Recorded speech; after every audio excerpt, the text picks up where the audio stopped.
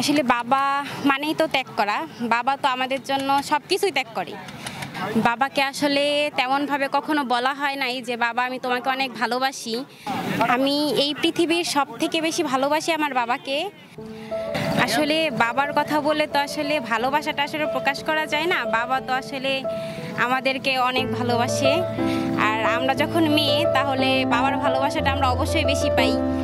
আর ছোট থেকে আমরা এত বড় হয়েছি, আসলে বাবার শাসনেই বড় হয়েছি, বাবার আদরেই বড় হয়েছি।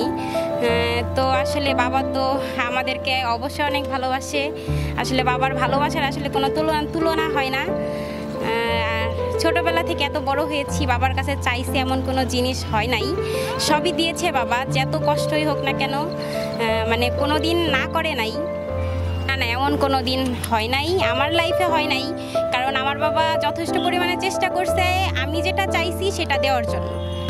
হ্যাঁ, অবশ্যই আছে। বাবা মানে ছোটবেলা থেকে আমাদের যে এত বড় করেছে সেটা তো অবশ্যই আমরা বাবার শাসনেই বড় হয়েছি।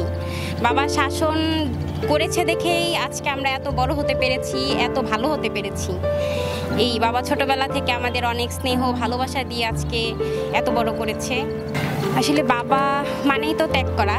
বাবা তো আমাদের জন্য সবকিছুই ত্যাগ করে, তাই না? এত বড় করছে, অবশ্যই স্যাক্রিফাইস করেই সে আমাদেরকে এত বড় করছে। আমি চেষ্টা করব তাকে যথেষ্ট পরিমাণে সময় দেওয়া। কারণ আসলে মানে মেয়েদের জীবন তো, আসলে ধরেন মেয়েদের বিয়ের পরে মানে অন্যরকম একটা লাইফ হয়ে যায়।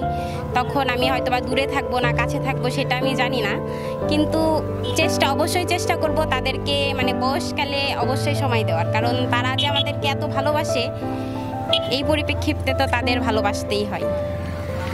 বাবাকে আসলে তেমনভাবে কখনো বলা হয় নাই যে বাবা আমি তোমাকে অনেক ভালোবাসি। আমি যদি বলতে চাই তাহলে একটা কথাই বলবো যে আমি বাবাকে অনেক ভালোবাসি। আমি যখন ক্লাস 5-এ পড়ি তখন আসলে বাবার সাথে খোলামেলা কথা বলা হতো। আসলে এখন তো আসলে বড় হয়েছি, এখন আমি অনার্স সেকেন্ড ইয়ারে পড়তেছি। তো সেই অনুযায়ী একটু মানে খোলামেলা কথাটা আসলে একটু কম বলা হয়। আমি এই পৃথিবীর সবথেকে বেশি ভালোবাসি আমার বাবাকে। আমি এটাই বলতে চাই আমি তাকে অনেক ভালোবাসি।